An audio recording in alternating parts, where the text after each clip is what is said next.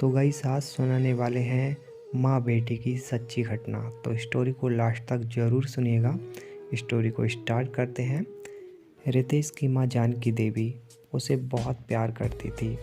रितेश भी अपनी माँ को बहुत मानता। स्कूल से जैसे ही वह घर आता माँ के गले लिपट कर उसे ढेर सारा प्यार करता। कुछ दिनों के बाद जानकी की तबीयत काफ़ी बिगड़ने लगती है। डॉक्टरों ने बताया कि उसे कैंसर है। अभी रितेश चौथी कक्षा का एग्ज़ाम दे रहा था। एक दिन स्कूल से जब वह घर लौटा तो उसकी माँ बाहर दलान में गहरी नींद सो रही थी। ढेर सारे लोग वहाँ जमा थे। रितेश माँ को जगाने की बड़ी कोशिश करता है, मगर अब भला वो कहाँ जागने वाली थी। मासूम रितेश को यह भी नहीं पता था कि उसने आज क्या खो दिया था। वक्त बीतता गया। रितेश की मासूम निगाहें माँ के लिए तरसती रहीं। रितेश का दुख पिता से नहीं देखा गया। पिता ने रितेश की माँ की कमी को दूर करने के लिए दूसरी शादी करने की सोची। काफ़ी टटोलने के बाद मनोरमा को अपनी दूसरी पत्नी बनाने का निश्चय किया। मनोरमा तलाकशुदा थी और उसकी 6 साल की बेटी थी। मनोरमा रितेश को बहुत प्यार करती थी। रितेश भी अपनी खोई माँ को पाकर बहुत खुश था। वह पिंकी के साथ खेल कूद भी खूब किया करता था। बिना माँ के बेटे रितेश के गम का एहसास रितेश के पिता को बखूबी था। शायद इसीलिए वह रितेश को बहुत मानते। उसका मनोरमा के ख्याल रखने के बावजूद खुद रितेश की देखरेख में कोई कसर नहीं छोड़ते। पिता की यही एक्सेस केयर मनोरमा को चुभने लगी थी। धीरे धीरे रितेश के पिता के दिल में मनोरमा से अधिक रितेश के लिए प्यार था। यही प्रेम मनोरमा के हृदय में रितेश के लिए ईर्ष्या और नफरत पैदा करने की वजह बन गया। मनोरमा को अब रितेश फूटी आंख नहीं भाता था। उसका सारा प्यार अब पिंकी के लिए रह गया था। माँ के अंदर आए इस बदलाव से रितेश काफ़ी दुखी रहने लगा।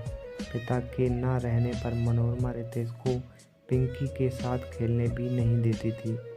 रितेश भी मनोरमा को अपनी माँ ही समझता था। वो उसके लाख झटकने पर भी उसके पल्लू से ही बंधकर रहने का प्रयास करता था। तंग आकर खुद से दूर रखने के लिए मनोरमा उसे घरेलू कामों में उलझाकर रखने लगी। माँ के इस व्यवहार की शिकायत रितेश ने कभी अपने पिता से नहीं की और ना ही कोई काम करने से माँ को मना किया। रितेश को अपनी माँ के द्वारा कहे गए हर काम में उसे अपनी माँ का प्यार छलकता था। उसे माँ के लिए काम को करके बहुत खुशी मिलती थी। मनोरमा रितेश के इस ठीठ रवैये से मन ही मन और गुस्साती थी। एक दिन रितेश के पिता को ऑफिस के कामों से एक हफ्ते के लिए शहर से बाहर जाना पड़ा।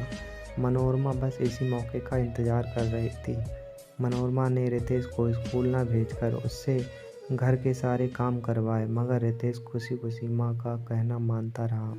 काम खत्म करके रितेश माँ के पास बैठकर टीवी देखने लगा। मनोरमा उसे पास देखकर अंदर ही अंदर जल भुन गई। उसे रितेश को दूर भगाने का जब कोई रास्ता नहीं सूझा तो उसने रितेश का हाथ पकड़कर आंगन के पास ले गई। थोड़ी ही देर में उसको अपने सारे कपड़े लाकर रितेश से धुलने को कहा। थका हारा रितेश, जिसने पूरे दिन कुछ नहीं खाया था, माँ के बताए काम को मन लगाकर करने लगा। जैसे ही उसने सारे कपड़े धुलकर टब में रखे, मनोरमा ने सारे कपड़े फिर से फर्श पर बिखेर दिए और रितेश को धुलने को कहा। भूखा प्यासा रितेश पूरी लगन से माँ के आदेश का पालन करता रहा। ये सिलसिला यूं ही चलता रहा। धीरे धीरे शाम और शाम से रात हो गई। कपड़े धुलते धुलते आधी रात के बाद न जाने कब रितेश को नींद आ गई। सुबह मनोरमा ने रितेश का कान ऐंठकर उसे नींद से जगाया। मनोरमा ने रितेश से कहा, मैंने तुझको ये कपड़े धोने को कहा था और तुम आराम से सो रहे हो। रितेश ने, नहीं माँ, बस आँख लग गई थी, बस अभी धुल देता हूँ। मनोरमा मन ही मन सोचने लगी कि ये किस मिट्टी का बना है।